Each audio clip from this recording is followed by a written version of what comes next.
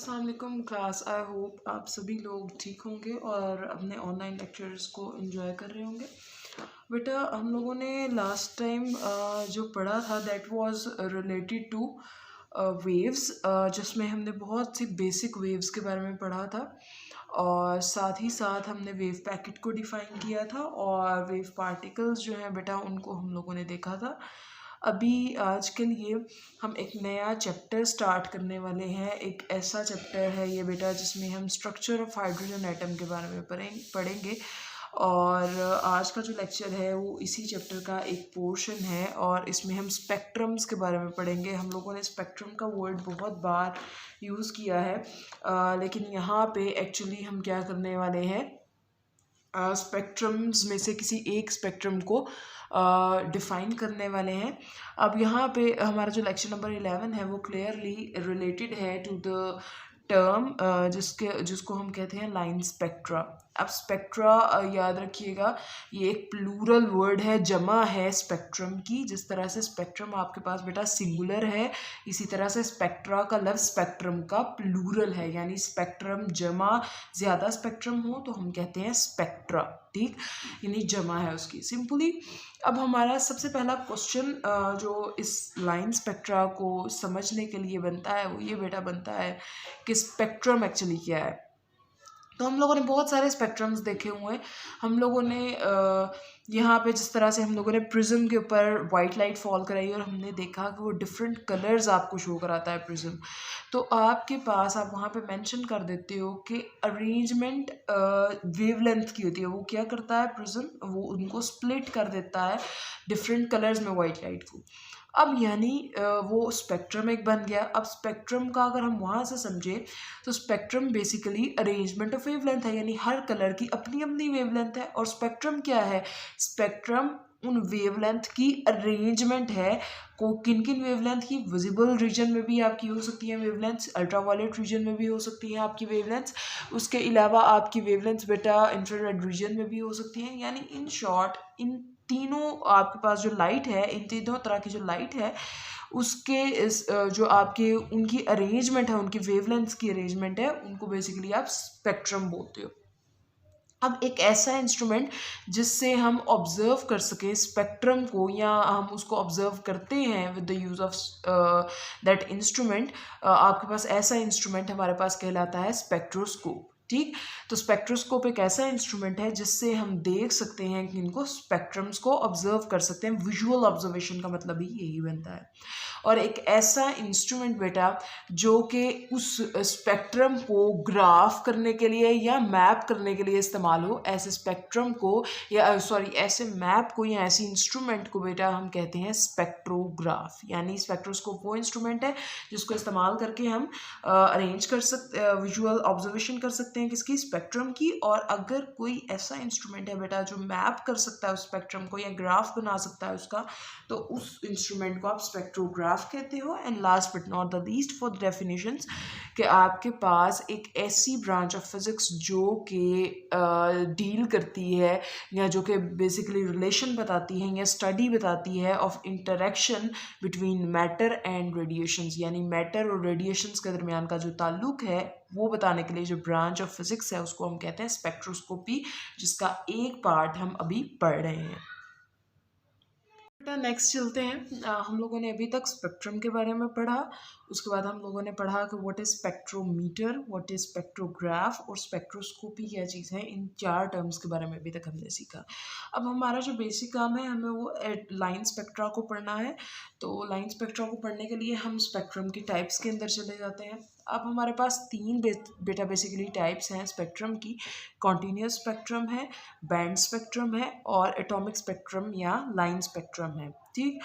अब सबसे पहली जो चीज़ है बेटा आपके पास, सबसे पहला जो टाइप है दैट इज़ कॉन्टीन्यूस स्पेक्ट्रम। और कॉन्टीन्यूस स्पेक्ट्रम में आपके पास आप रीड आउट करते हो या आप समझते हो किस चीज़ के बारे में, या एक ऐसा स्पेक्ट्रम है कॉन्टीन्यूस स्पेक्ट्रम जिसमें आपके पास जिस तरह से आपके पास रेनबो है, रेनबो के कलर्स को अगर आप देखो, इंडिगो, ब्लू, रेड, इस तरह से करके हैं कलर्स उसके, येलो है, ऑरेंज है।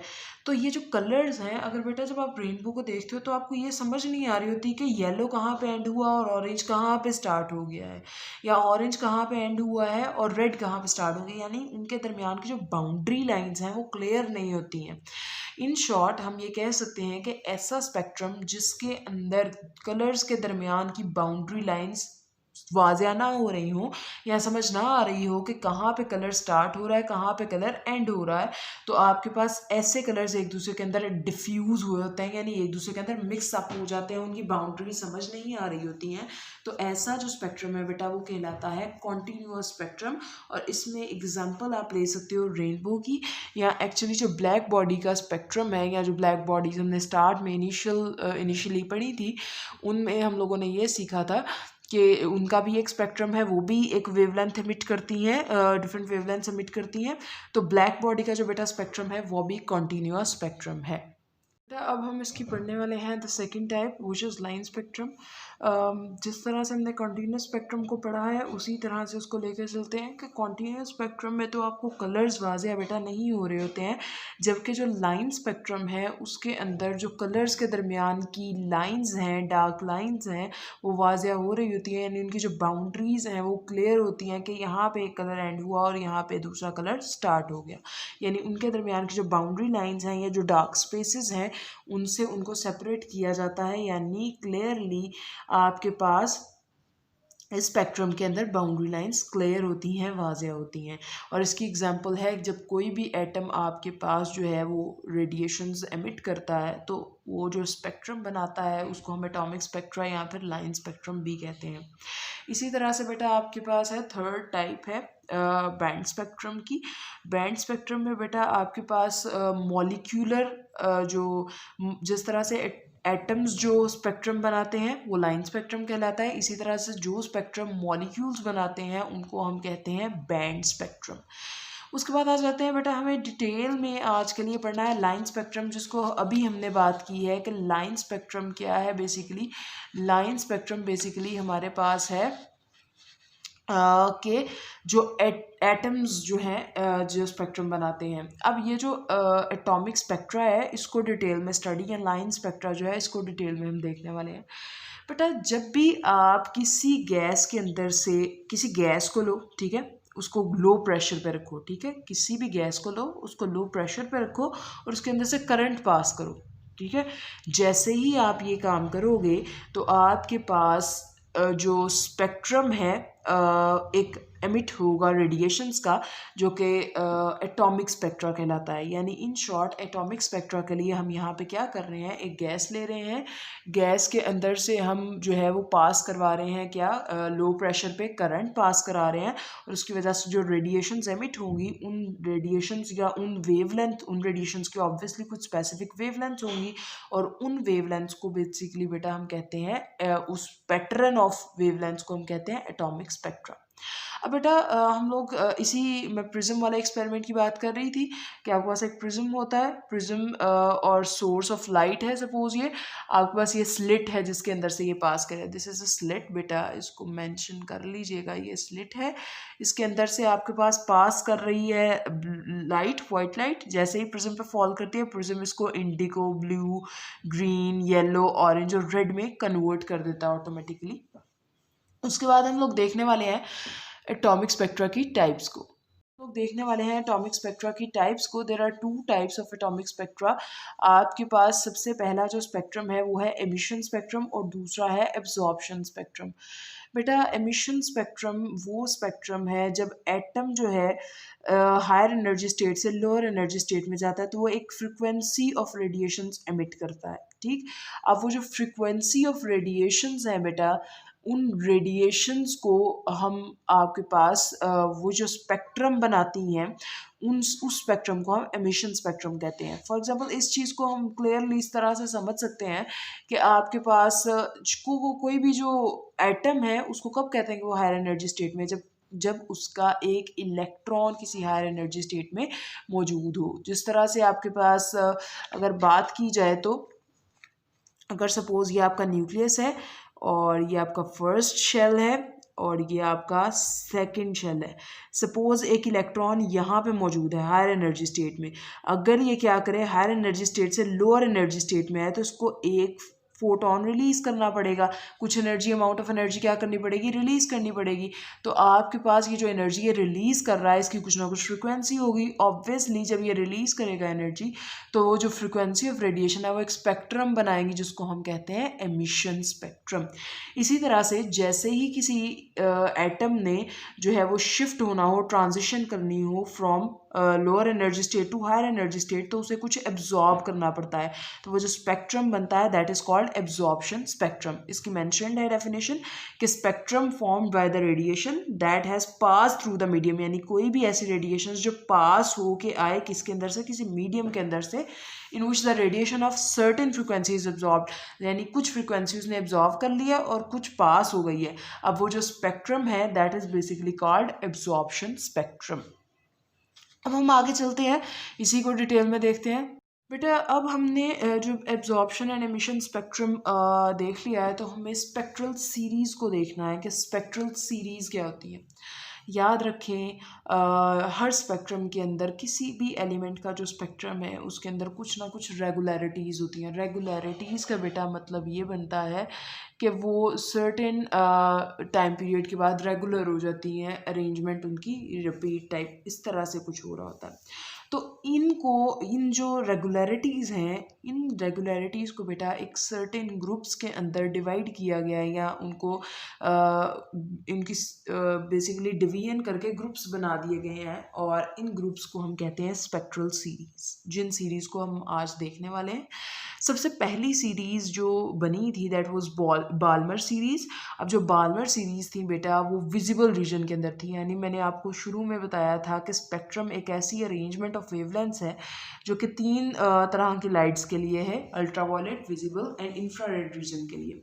तो ये जो सीरीज़ थी ये बेसिकली विजिबल रीजन के अंदर लाई कर रही थी, और इनको फर्स्ट सीरीज़ थी जो ये डिस्कवर हुई थी। और उसके बाद दूसरी चीज़ जो बतानी चाहिए वो ये है कि ये 1885 में इसकी जो डिस्कवरी है या सीरीज़ जो डेवलप हुई थी वो 1885 में हुई थी। ओके बेटा, अब हम एटॉमिक स्पेक्ट्रम जो हाइड्रोजन का है उसके अंदर के रीजन्स को देखते हैं, या उसमें कौन कौन सी स्पेक्ट्रल सीरीज़ आती हैं और किस किस रीजन में कौन कौन सी सीरीज़ लाई करती हैं, ये सारा कुछ अभी हम देखने वाले हैं। सबसे पहले जो स्पेक्ट्रल लाइंस हैं बेसिकली वो तीन रीजन, जिस तरह से जो स्पेक्ट्रल एक स्पेक्ट्रम बना था उसके अंदर जो लाइंस थी वो तीन रीजन्स के अंदर हैं। क्लियर बात हम लोगों ने स्टार्ट में भी की थी कि इन तीन रीजन्स का नाम है विजिबल रीजन, अल्ट्रावायलेट रीजन और इंफ्रारेड रीजन। अब ये जो तीन रीजन्स हैं ये आपके पास स्पेक्ट्रल लाइंस के हैं, यानी इन स्पेक्ट्रल लाइंस के अंदर तीन जो है वो सीरीज लाई करती हैं। उसके बाद दूसरी चीज़ कि हर रीजन के अंदर कुछ ना कुछ कोई ना कोई अमाउंट ऑफ सीरीज़ मौजूद है। जिस तरह से अल्ट्रावायलेट रीजन है तो उसके अंदर एक ही सीरीज़ है, लाइमन सीरीज़। दूसरा आपके पास है विजिबल रीजन जिसके अंदर एक ही सीरीज़ है विच इज़ बाल्मर सीरीज़। और तीसरा आपके पास है इंफ्रारेड रीजन जिसके अंदर आ जाता है Paschen series, Brackett series and Pfund series.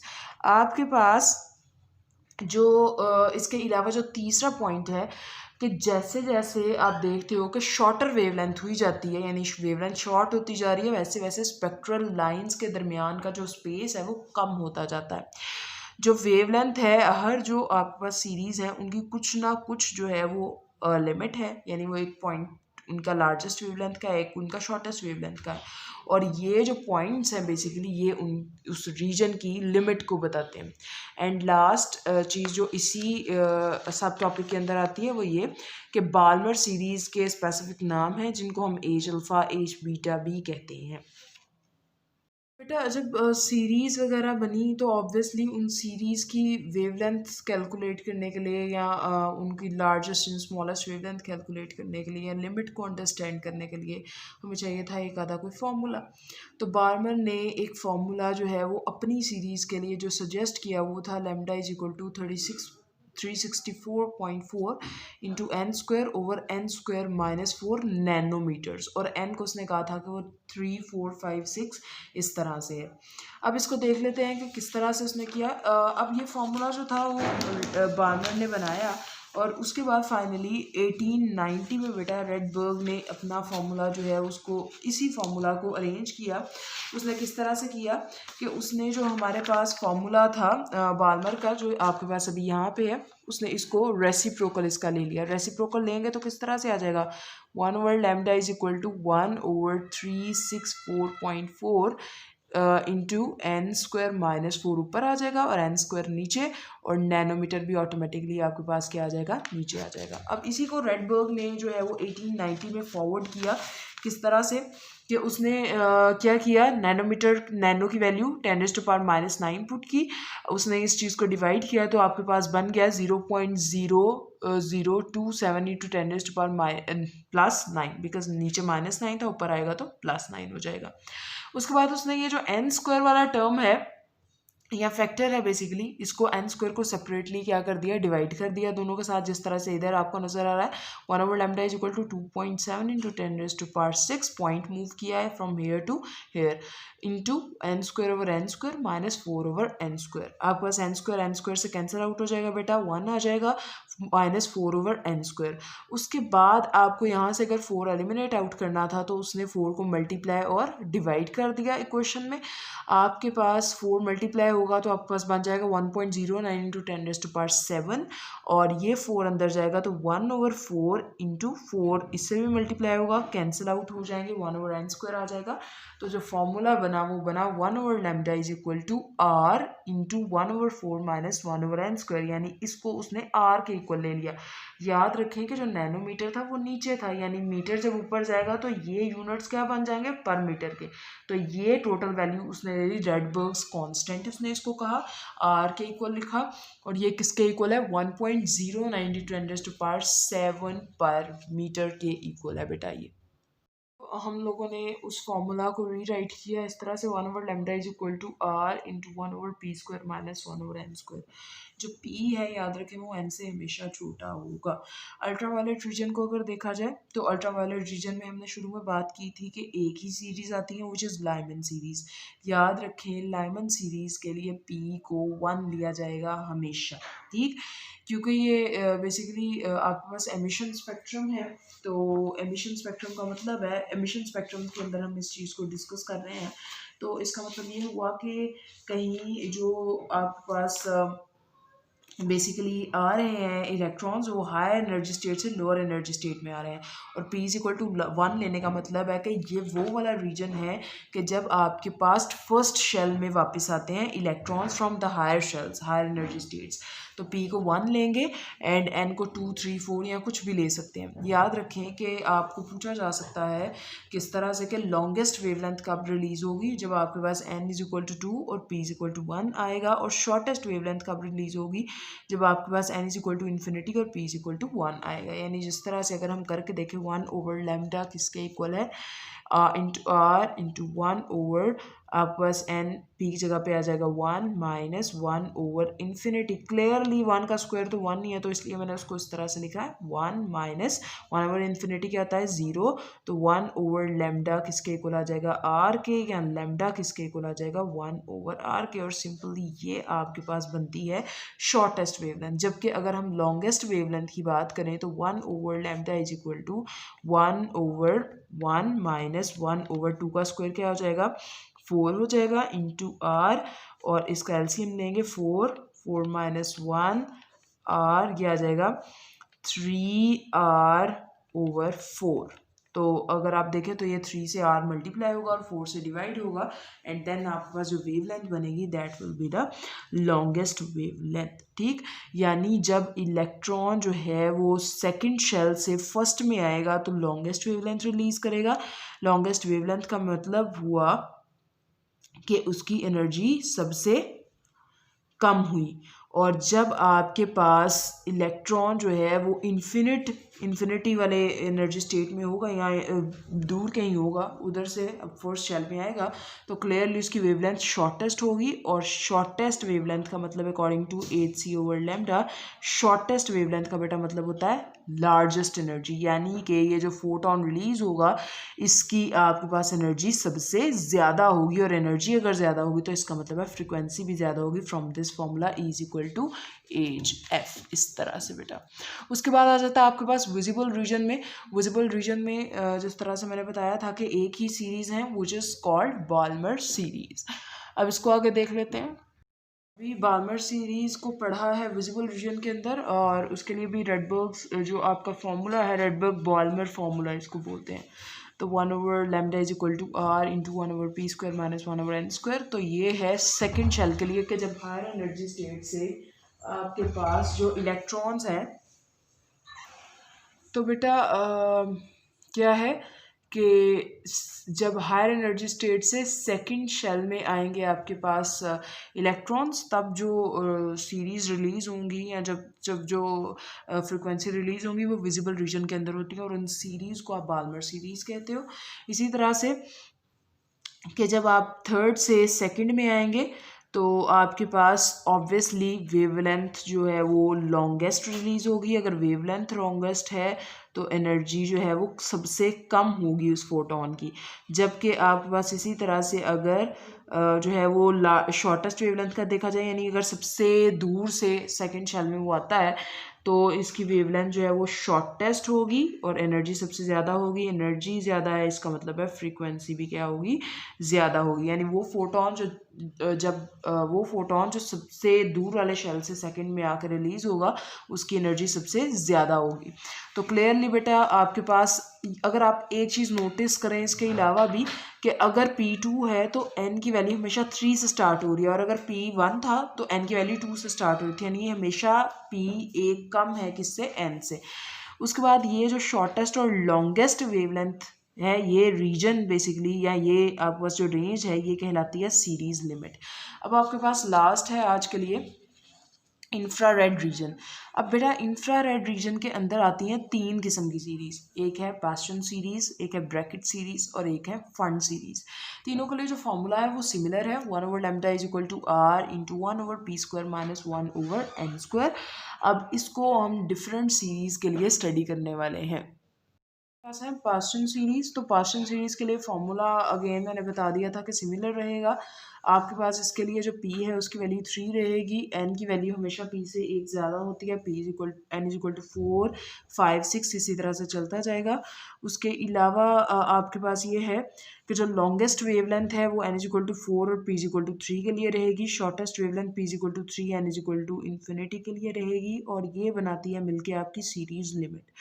उसके अलावा ये कि इस चीज़ को आप लोगों ने मेक श्योर कर लेना कि आप याद कर लें कि सबसे पहले आती हैं लाइमन सीरीज़ p = 1, फिर उसके बाद आती हैं आपकी बाल्मर सीरीज़ p = 2, फिर आती है पास्टन सीरीज़ p = 3, एंड इसी तरह से ब्रैकेट सीरीज़ के लिए p = 4 है, n = 5, 6 इसी तरह से। अगर p जो भी है लार्ज है, p जो है वो अगर 4 है तो n 5 से स्टार्ट होगा। लॉन्गेस्ट वेवलेंथ p = 4 और n = 5 के लिए, यानी जो करीब वाले शेल से ट्रांजिशन होगी, और अगर दूर वाले शेल से ट्रांजिशन हुई है तो शॉर्टेस्ट वेवलेंथ निकलेगी, और ये मिलकर बनाती हैं आपकी सीरीज़ लिमिट। इसी तरह से लास्ट है बेटा फंड सीरीज़, जिसमें आपके पास जो p है वो 5 के इक्वल है और n जो है वो 6, 7, 8 के इक्वल है, और ये बेसिकली लॉन्गेस्ट वेवलेंथ जो है वो कब देता है, जब p = 5 और n = 6 रहता है, और शॉर्टेस्ट वेवलेंथ कब देता है, जब p = 5 रहता है लेकिन n = इन्फिनिटी हो जाता है। शॉर्टेस्ट वेवलेंथ से लेके लॉन्गेस्ट वेवलेंथ तक को जो आपके पास एक पोर्शन है या एक जो रेंज है वो आपको बताती है सीरीज़ लिमिट के बारे में। अभी बेटा मैं आप लोगों को एक ग्राफ दिखाने वाली हूँ जिससे आपको आई होप ये क्लियर हो जाए। ये वाला graph this is from the book. आपके पास ये E1 यानी पहली एनर्जी स्टेट है, फिर उसके बाद E2 है second energy state, third energy state, इसी तरह से n एनर्जी स्टेट्स हैं। n = इन्फिनिटी तक है बेसिकली। जनरली हम उसको इन्फिनिटी तक बना तो नहीं रहे हैं, लेकिन यू शुड नो के उसको हमने जनरलाइज कर लिया है या सपोज कर लिया है। देखें, जब आपके पास फर्स्ट में यानी हायर एनर्जी स्टेट से, ये जो सारी एनर्जी स्टेट्स हैं ये हायर एनर्जी स्टेट्स हैं और इवन ग्राउंड एनर्जी स्टेट है।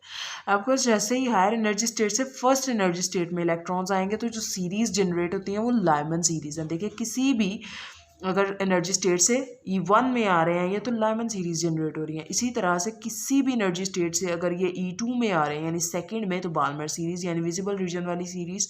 इसी तरह से अगर E3 में आ रहे हैं सारे यानी थर्ड शेल में आ रहे हैं सारे इलेक्ट्रॉन्स हायर एनर्जी स्टेट से तो ये जो सीरीज़ हैं पास्टन सीरीज़ हैं। और इनका जो बेटा है आपके पास कि ये कौन सा रीजन में लाई करती हैं, ये इंफ्रारेड रीजन में लाई करती हैं। इसी तरह से ब्रैकेट सीरीज़ के लिए सारे इलेक्ट्रॉन्स n=4 में आ रहे हैं।